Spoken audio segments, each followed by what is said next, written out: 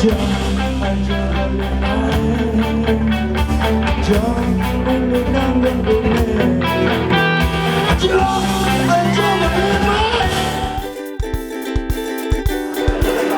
akan menjelaskan tentang bagaimana terjadinya omed-omedan.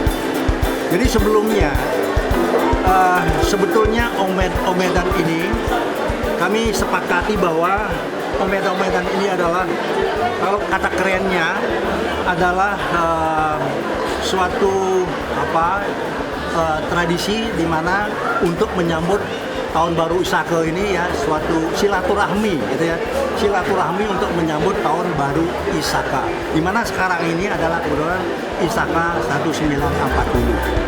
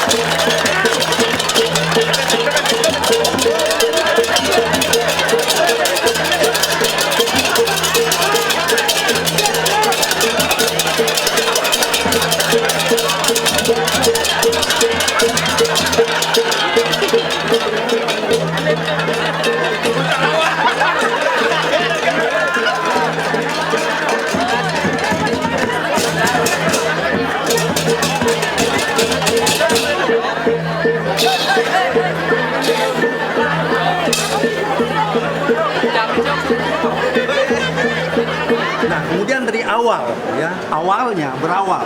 Kenapa omed-omedan itu? Kapan omed-omedan bisa terjadi? Jadi omed-omedan ini terkait dengan puri, ya, yang kebetulan saya sendiri adalah keturunan daripada Purioko yang ada di Banjar Kaja Sesiakan ini, di mana puri saya di sebelah sana itu, ya. Nah, jadi gimana keterlibatan daripada leluhur saya. Jadi pada waktu itu adalah abad ke-18, ya. Jadi pada abad ke-18 pada waktu itu masih berbau kerajaan.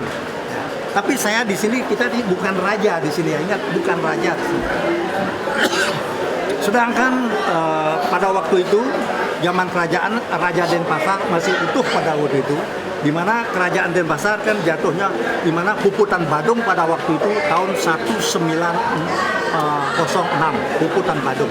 Nah, ini abad ke-18, di mana di sini melinggih artinya bertahta, tapi bukan kerajaan leluhur saya. Pada waktu itu terjadilah sesuatu yang sangat merupakan suatu bencana, ya. Di mana bencana itu, di mana leluhur saya pada waktu itu sakit keras. Beliau itu, ya, Tabik Pukulun, kalau saya menyebutkan anak Agung Maderake dari Budaya Kompiang saya itu. Di mana beliau itu pada waktu itu sakit keras, tidak bisa bangun, ya, apalagi berjalan. Nah, jadi tidak bisa pada waktu itu. Tidak tahu sakit apa, jadi dia tahu. Nah, pada saat itu beliau bersabda pada para abdi-abdi beliau pada waktu itu bahwa tidak diperkenankan sama sekali untuk menghadap ke puri, ya, apalagi mengadakan suatu keributan, keramaian, sama sekali tidak diperkenankan pada waktu itu.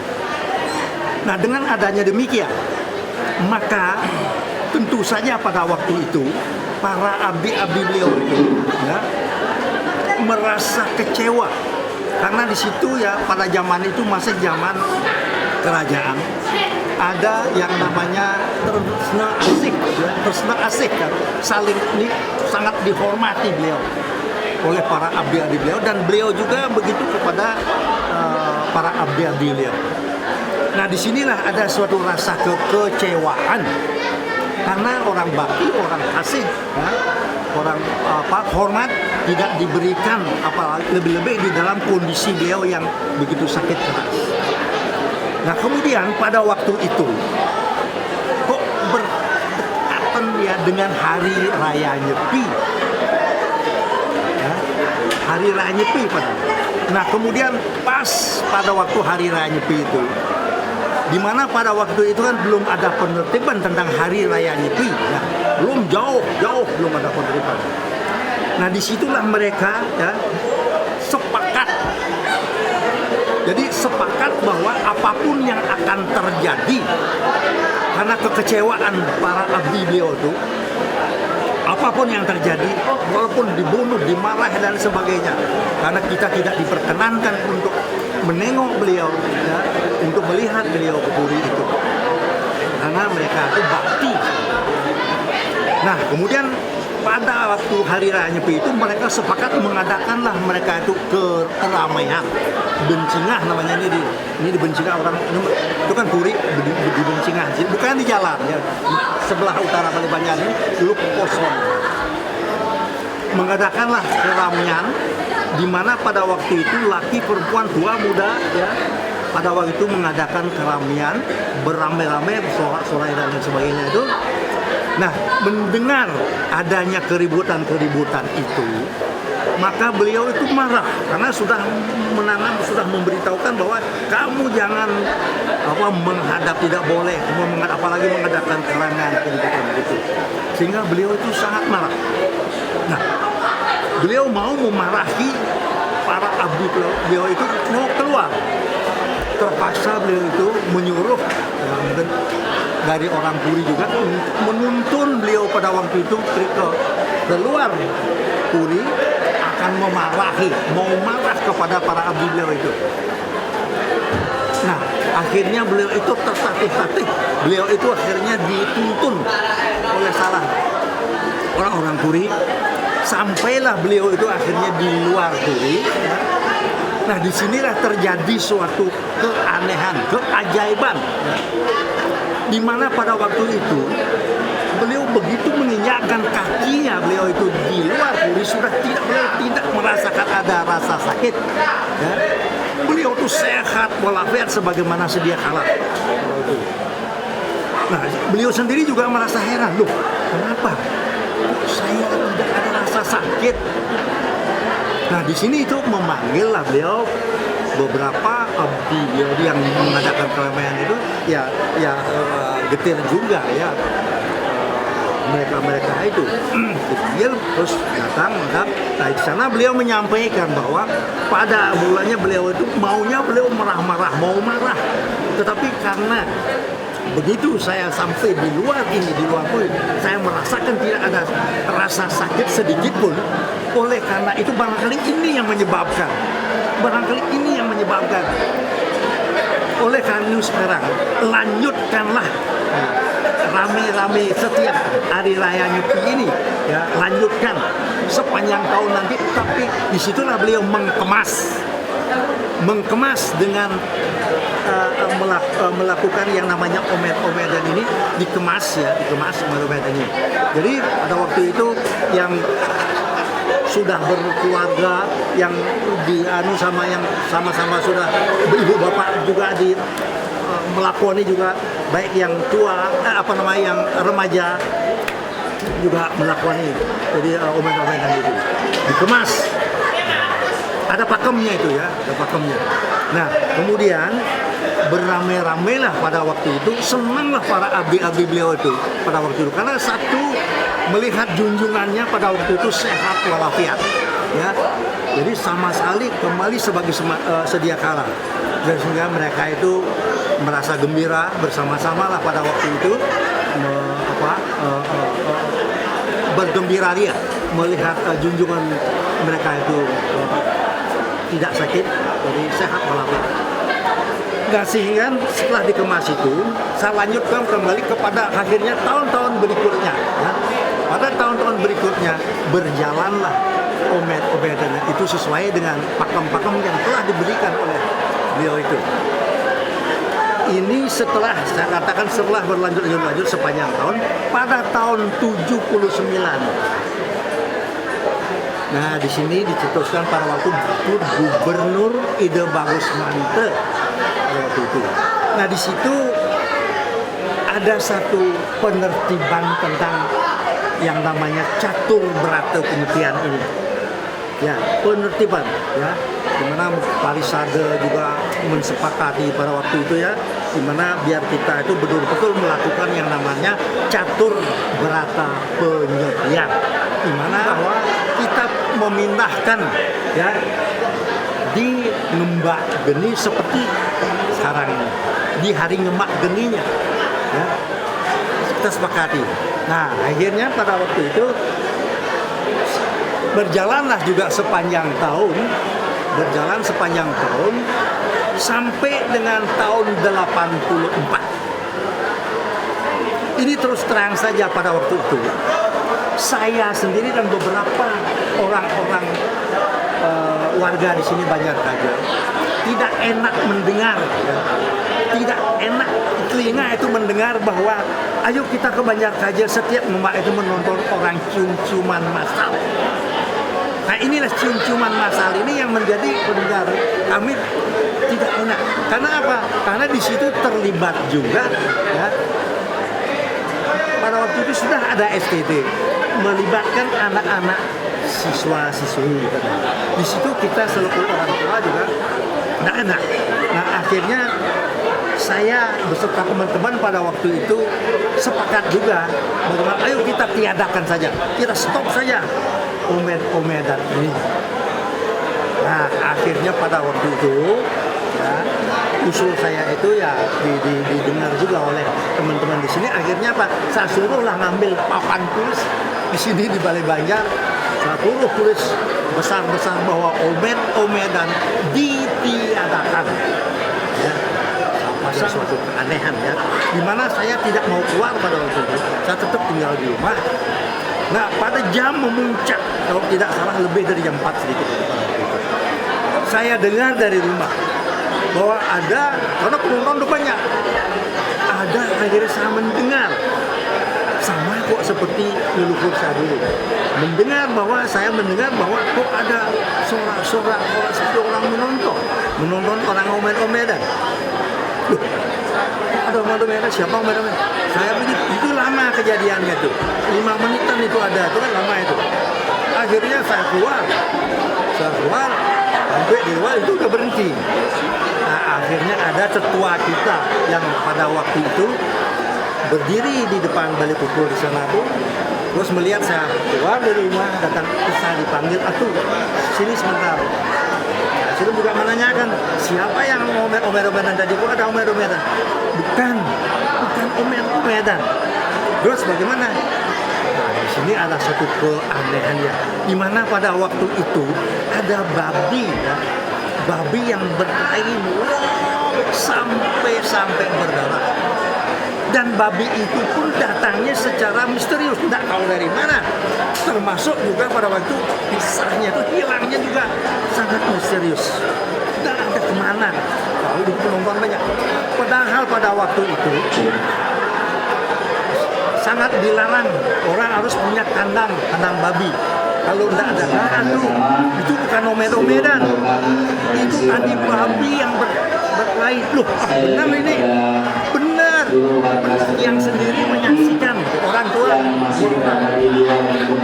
Akhirnya beliau itu menyarankan kepada saya, akhirnya coba dong dipikirkan keputusan itu, coba tolong dipikirkan, karena ada hal-hal yang seperti ini yang sangat aneh sekali, yang tidak mungkin.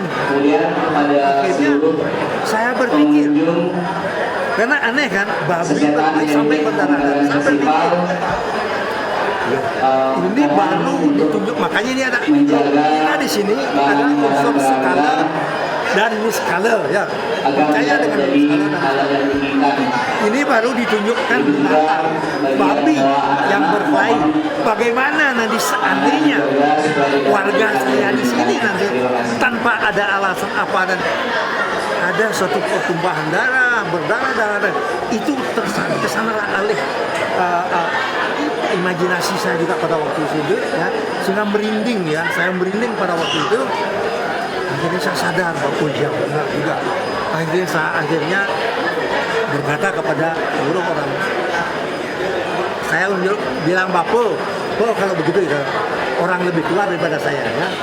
Akhirnya saya suruh mencari anak-anak, suruh saja keluar semua itu ya, pakaian apalah adanya. Jadi tidak seperti sekarang sudah di sistemnya. Nah, keluarlah mereka itu akhirnya sekedar keluar. Terjadilah omed-omedan juga pada waktu itu. Jadi penonton senang, bergembira. Jadi memang benar-benar bahwa omed-omed itu diyakini tidak akan mungkin ditiadakan ya. Nah, beberapa ketua-ketua kita mohon di sini, istilahnya, sehingga ada akhirnya dunia di situ diingatkan oleh beliau bahwa tidak boleh omed-omedan, tidak boleh dibiarkan. Lanjutkan ini, mau apa kalian? Itulah itu. Nah, didengar juga oleh anak-anak STT pada waktu itu. Jadi disitulah mereka itu menyatakan kesanggupan mereka untuk artinya melakukan ya acara omed-omed itu.